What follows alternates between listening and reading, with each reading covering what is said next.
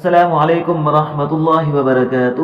معزز سامعین، اگر آپ کسی بھی وجہ سے رزق کی وجہ سے تنگ ہیں، پریشان ہیں یا ان مسائل سے گھرے ہوئے ہیں تو یاد رکھیں، میری نظر میں قرآن احادیث کے اندر اس آیت کے علاوہ کہیں بھی اس سے بڑا کوئی وظیفہ نہیں گزرا، چونکہ اس آیت کے اندر خود رب رزق دینے والے نے خود بیان فرمایا ہے، وَمَن يَتَّقِ اللَّهَ يَجْعَل لَّهُ مَخْرَجًا وَيَرْزُقْهُ مِنْ حَيْثُ لَا يَحْتَسِبُ۔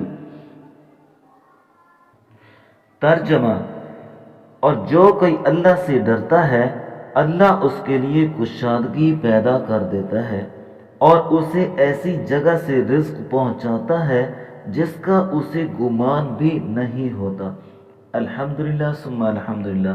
ویڈیو آپ کو اچھی لگی ہے تو اسے لائک بھی کریں اور دوستوں تک بھی شیئر کریں، جو ان مسائل سے گھرے ہوئے ہیں ان کو فائدہ ہو سکتا ہے اور آپ کو ثواب بھی ملے گا۔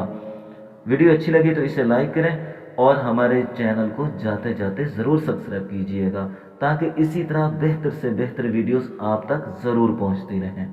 آمین یا رب العالمین۔